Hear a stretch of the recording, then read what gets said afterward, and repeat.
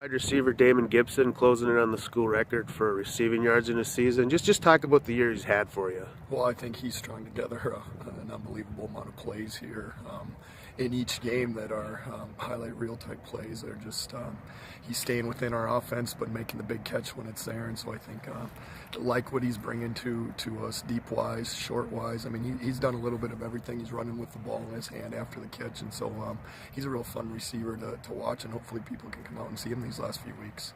How has he been able to do it? Because I'm sure teams put double him, put extra attention on him. How has he been able to stay productive even though he's probably the main guy in your receiving game? He really has drawn a lot of attention with double coverage and things of that nature, but he manages to find some openings when there's some broken plays. He's done a great job just on deep balls, being able to jump up, adjust, and make that jump ball catch. He's done that time and again, and then you throw in a few short routes that he can sneak in there with the deep threat established, and he's just managed to sneakily do that through the season. It was surprising even last week he had 10 catches and he didn't realize it watching the game that he had that many.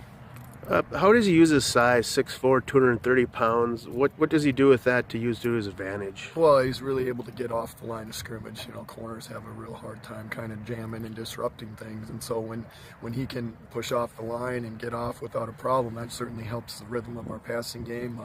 Also, his size obviously gives him an advantage. You put that with his vertical jump. He's got a huge advantage on jump balls and deep throws into the end zone.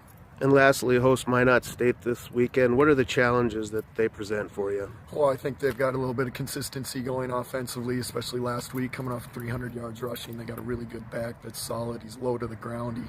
He's always running and falling forward when he's being tackled. So he's a tough guy to bring down. I think a lot of shifts in motion is going to cause us some problems within our defense to make sure we're sharp and making checks. And then offensively, we got to make sure that we're able to establish the run and be able to get some passing game going. Last year against this team, we really struggled to get the ball thrown through the air, and our rhythm was disrupted, and so we've got to make sure we get that straightened out from a year ago.